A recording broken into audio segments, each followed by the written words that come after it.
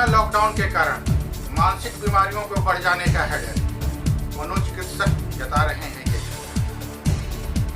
दुनिया भर के मनोचिकित्सक चेतावनी दे रहे हैं कि लॉकडाउन के दौरान पैदा हुई मुश्किलों की वजह से लोगों में मानसिक तकलीफों की सुनामी आने वाली है। डॉक्टरों की चिंता मुख्य रूप से बच्चों और बुजुर्गों को लेकर है। उनका मानना है कि स्कूल बंद होने और सेल्फ आइसोलेशन की वजह से उनकी उस तरह की देखभाल नहीं हो पा रही है जैसी होनी चाहिए। मनोचिकित्सक ने एक सर्वे के जरिए पता लगाया कि अस्पतालों में मानसिक सेहत से जुड़ी आपातकालीन मामलों की संख्या की बढ़त हुई है और नियमित चेकअप के लिए आने वाले लोगों की संख्या कम हुई है। डॉक्टरों ने जोर देकर कहा है कि लॉकडाउन के दौरान भी मानसिक स्वास्थ्य सुविधाएं जारी थी, इसके बावजूद लोग रूटीन चेकअप और फॉलोअप के लिए अस्पताल नहीं पहुंचे। एक मनोचिकित्सक ने कहा, हम पहले ही देख रहे हैं कि कोविड-19 संकट का लोगों को मानसिक सेहत पर बेहद गंभीर असर पड़ा है। बहुत से लोगों को तत्काल मदद की ज़रूरत है। लॉकडाउन की वजह से उन तक ये मदद पहुंच नहीं रही है। हमें डर है कि लॉकडाउन के कारण मानसिक समस्याएं लगातार बढ़ रही है और ये सुनामी का रूप ले लेगी। ब्रिटेन के 1300 डॉक्टरों में हुए सर्वे से पता चला कि इनमें से 43% के पास इमरजेंसी मामलों की बढ़त आई थी। वहीं 45% डॉक्टरों ने रूटीन चेकअप के लिए आने वाले मरीजों की संख्या में गिरावट की बात कही।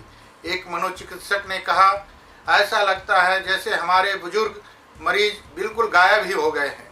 मुझे लगता है कि वो मदद लेने से बहुत ज़्यादा डरे हुए हैं।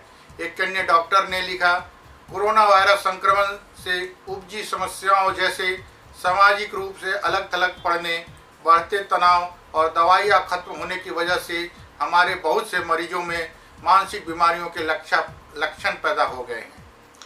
बाल और किशोर मनोचिकित्सा विभाग के प्रमुख डॉक्टर ने कहा, हम चिंतित हैं क्योंकि हमें लगता है कि मानसिक तकलीफों से जूझ रहे बच्चों और किशोरों को वो सपोर्ट नहीं मिल पा रहा है जिनकी उसने ज़रूरत है। उन्होंने कहा, हम लोगों तक ये संदेश पहुंचाने की ज़रूरत है कि मानसिक स्वास्थ्य से जुड़ी सुविधाएं अब भी उपलब्ध है। बुजुर्ग लोग स्काइप और जूम जैसे ऑनलाइन माध्यमों के जरिए डॉक्टर से बात करने से भी कतराते हैं। उन्होंने कहा, लोग मदद लेने में हिचकिचा रहे हैं जबकि उन्हें अभी इसकी सबसे ज़्यादा ज़रूरत है। मानसिक स्वास्थ्य को प्राथमिकताएं बनाएं। अभी दुनिया के सामने जो चिंताएं उभर कर आ रही है वो इस बात का सबूत है कि लोग पहले से ही मानसिक बीमारियों से जूझ रहे हैं। 1000 लोगों के बीच हुए सर्वे में बहुत से लोगों ने कहा कि महामारी और लॉकडाउन के बाद से उनकी मानसिक सेहत बुरी तरह प्रभावित हुई है।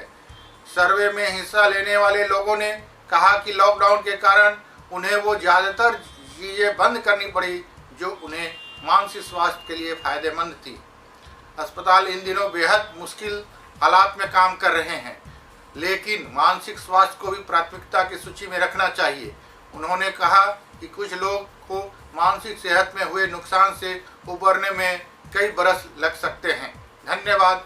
आपका अपना डॉक्टर अरुण कुमार। घर के फर्नीचर पर ना रह जाए कोरोना वायरस, जानिए साफ करने का सही तरीका। स्वास्थ्य विशेषज्ञों के मुताबिक कोरोना वायरस धातु की सतहों पर 5 दिन और लकड़ी की सतहों पर 4 दिन तक रह सकता है। ऐसे में विशेषज्ञ संक्रमण फैलाने के जोखिम को कम करने के लिए कीटाणुनाशकों से लगातार सतहों की सफाई की सलाह देते हैं। दरअसल डिसइंफेक्टेंट यानी कि कीटाणुनाशक से कठोर सतहों जैसे शौचालय, नल, सिंक, टेबल, सोफा और अन्य चीजों को आसानी से साफ किया जा सकता है। आज हम आपको फर्नीचर की साफ सफाई के सही तरीकों के बारे में बताएंगे। हमें घर के फर्नीचरों को सफाई जरूर करनी चाहिए क्योंकि पूरे दिन में ना जाने कितने लोग छूते हैं और इस पर उठते बैठते रहते हैं। ऐसे में फर्नीचर पर वायरस प्रसारित होने का खतरा बढ़ जाता है। वैक्यूम क्लीनर की मदद से सबसे पहले फर्नीचरों के निचले सतहों की सफाई करें। वायरस हटाने के लिए स्प्रे ऑन का उपयोग। फर्नीचरों के सतहों की सफाई के लिए घर पर बने कीटाणुनाशक का इस्तेमाल कर सकते हैं। पानी में 60 से 90% रबिंग आइसोप्रोपिल अल्कोहल का 2 से 1 अनुपात मिलाकर आप कीटाणुनाशक तैयार कर सकते हैं। इसे प्रभावी बनाने के लिए ब्लीचिंग पाउडर भी मिला सकते हैं। कीटाणुनाशक के हल्की धूल से फर्नीचर को ढक दे। फर्नीचर से 6 से 8 इंच की दूरी पर डिसइंफेक्टेंट की बोतल से तब तक स्प्रे करें जब तक यह हल्की धूल से ढक ना जाए। इसके अलावा धातु की सतहों जैसे ताला चाबी, दरवाजे के हैंडल आदि को पोंछने के लिए डिसइंफेक्टेंट का इस्तेमाल कर सकते हैं। सोफे की सफाई। सोफे पर लगातार डिसइंफेक्टेंट की बोतल से स्प्रे कर एक नमी सोखने वाले कपड़े से पोंछ दें। सोफे के कुशन और गद्दों को कुछ देर के लिए धूप में छोड़ दें।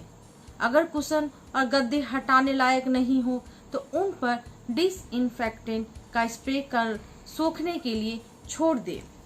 डिसइंफेक्टेंट से सफाई करते समय वेंटिलेशन का ध्यान दें।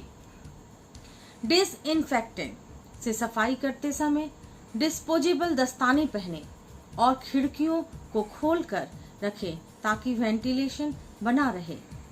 जब साफ सफाई का पूरा काम हो जाए तो 20 सेकंड के लिए अपने हाथों को साबुन और पानी से साफ करें। मैं ललिता कुमारी, धन्यवाद।